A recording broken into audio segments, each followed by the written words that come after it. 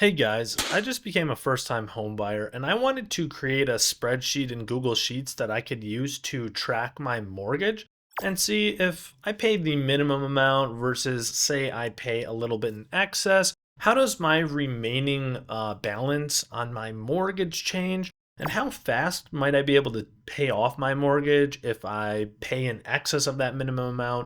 And I just wanted something that was really easy to follow along with to track all this. So I'll show you how you can build a spreadsheet like mine that will allow you to track your own loan repayments. So in this example, let's just assume that we're buying a house. The house is worth $500,000 and we put 20% down.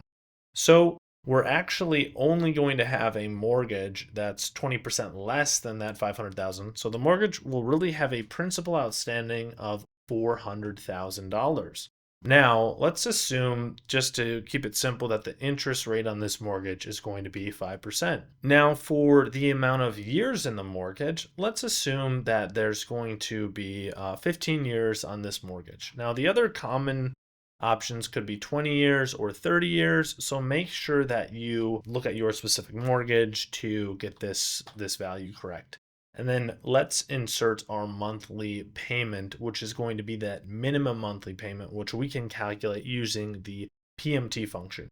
Now the PMT function returns a negative value. So we're going to put equals a negative so that we can get it back to a positive. Then let's type PMT and hit the parenthesis.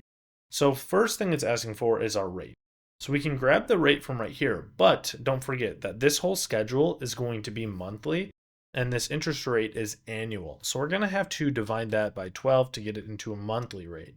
Then we can hit comma, and our number of periods is going to be equal to our number of years multiplied by 12 months in a year. So for this 15-year mortgage, it should be 180 total months. Then comma, the present value is going to be equal to the principal that is outstanding, which is this $400,000.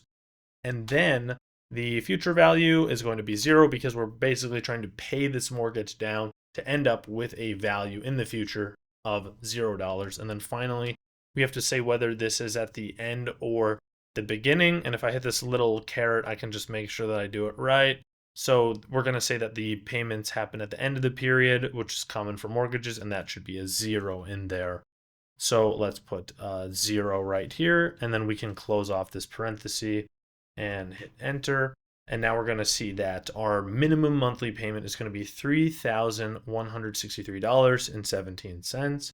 And we just need to pick a start date. For my example, since it's February 3rd of 2026 for me, I'm going to assume that this mortgage starts on the first day of the next month, which will be March 1st of 2026. Now we need to figure out when is our first payment going to happen. So if our mortgage starts on March 1st of 2026, then the first payment is going to happen basically on the first day of April, and that will pay for the month of March. So right here, we can put a formula that will grab us the first day of the month after the start date. So we can just do equals end of month. So EO month, we'll grab this start date here. We'll do comma 0, and then we'll just do +1. And that should give us April 1st of 2026. Now we need to put in what is our total payment on this date. So to just keep it simple and to check our math initially, let's start off by just assuming that we actually make that monthly minimum payment. So I'm going to hit Control C to copy, then I'll right click and I'll hit paste special and values only. So we're going to say we paid this much, $3,163.17. Now we need to figure out what is the extra principal that we paid on this payment, which is going to be quite simple. It's just going to be equal to the max of either 0 or the excess of this amount that we paid minus that monthly payment there. I'm going to hit F4 to lock this in and hit enter. So we'll see we didn't pay any extra principal because we just made the minimum payment. Say as an example, if I made this $4,000 instead, we'll see that we actually have now paid some extra principal. But I'm going to hit Control Z to undo that, and now it's going to go back to this value. So let's keep building. Now we need to figure out what component of this total payment is the actual interest that is paid. Now this one is going to be quite straightforward. we just need to use whatever is the current principal outstanding. So for this first month, it's going to be that original 400,000. Then we need to multiply it by the monthly interest rate, which is just the interest rate, and I'll hit F4 on that to lock it in, divided by 12, because we need to convert that annual rate to a monthly rate. And that tells us that of this amount that we paid here for the month, only this much was what is being paid to interest. And then what is being paid to principal? Just the amount in this total payment minus the interest paid. So it just gives us the difference between this number and this number. So whatever wasn't paid to the interest is actually paid to that principal right there. So now, what is our remaining balance after we make this payment? Well, it's just going to equal to that original amount of principal minus the amount of principal that we paid off. So we've now got our total debt on this mortgage down to $398,503.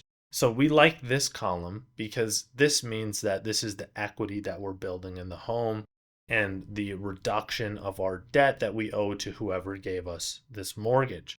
So we're seeing our balance change. But now let's say we get to the next month. How do we want to make this spreadsheet automatic so that we can just drag down all the formulas and it'll work as far into the future as this mortgage goes?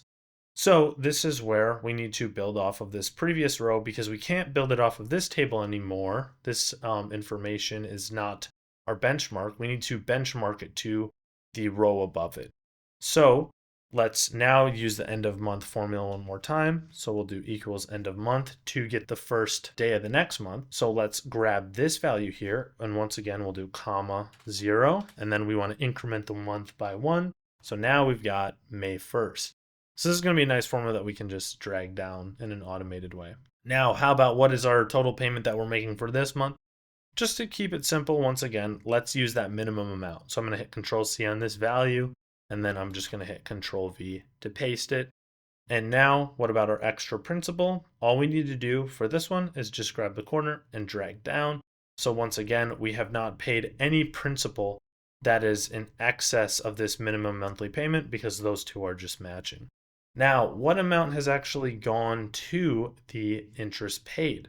So this is going to just slightly deviate. We can actually use this same formula that we used above.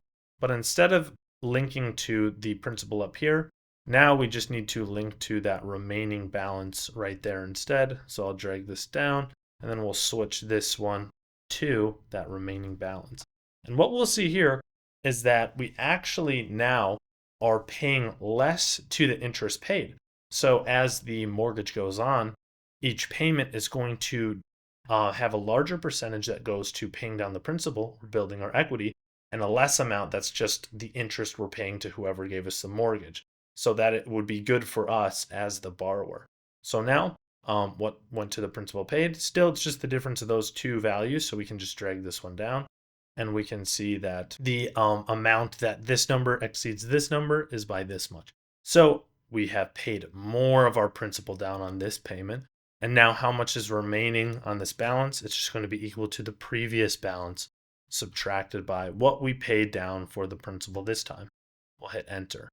So now if we want to play this whole mortgage out for the entire life of it, what we can do is grab this last row and then drag these formulas down for the life of the mortgage.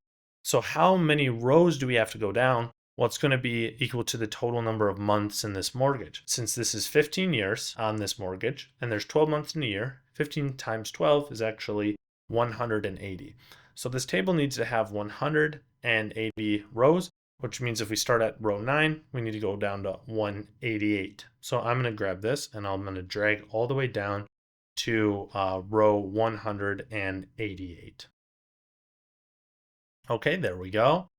And so now we can see that if we've done our math correctly, our remaining balance should end at $0. And let me actually just freeze this so we can all view it more easily together. So I'm actually going to click on the row with all those column headers and hit view and then freeze. And then I'll do that up to row 8. So now if I scroll all the way down, we'll see that this remaining balance decreases and decreases and decreases. And then on that final 180th month, it should tie out right here to exactly 0. And we know that we've done our math correctly that way. Now, what if I wanted to test out different prepayments? So instead of just paying this minimum monthly amount every time like we did here, let's say, what if I instead paid $4,000 a month? So I'm gonna actually, let's just try it on the first one. So let's do 4,000. When I hit enter here, we should see this remaining balance actually decrease. We're going to see this principal paid here increase, and we should see this extra principal also increase. So I'm gonna hit enter. Boom, we've paid extra principal, that much in excess of this number. Our principal paid is higher now, and we've decreased our remaining balance. Let's say, hey, how about if I paid 4,000 every month instead of that monthly payment? So I overpaid by $836 every time. So I'm going to hit Control C on this number, then Control Shift down arrow, and then Control V. So now I'm paying 4,000 every time. Let's see, when does this remaining balance actually go to negative? So we can see that on row 138, this remaining balance here becomes negative. Remember that this originally went all the way down to row 188. So I'm paying off my 15-year mortgage 50 months earlier, which is about, if my mental math is correct, about 4 years and 2 months earlier. So that's how you can play with all the prepayments. Or you could say, you know, 1 month you just pay the normal minimum amount. The next month, hey, maybe you did good life, so you paid 5,000 that time. Then the next month you pay the minimum amount, and so on and so forth. And you can just track your mortgage like that. If you would like to have a copy of this spreadsheet, I'll make it freely available for download, which you can find using the link in the description or the pinned comment. Additionally, if you want to try to use a mortgage calculator that includes things like the property tax, HOA, private mortgage insurance, stuff like that, on my website, I built a mortgage calculator, and I'll put a link to this in the description as well. And you can put in information about whatever loan or house you're buying or your mortgage. And you'll find different information, and you can see things like how much money would you save if you did a 15-year versus a 30-year? How does it pay down over time? You can look at an amortization schedule like the one we did in Excel, etc. So thank you for watching this video, and please subscribe for more just like it.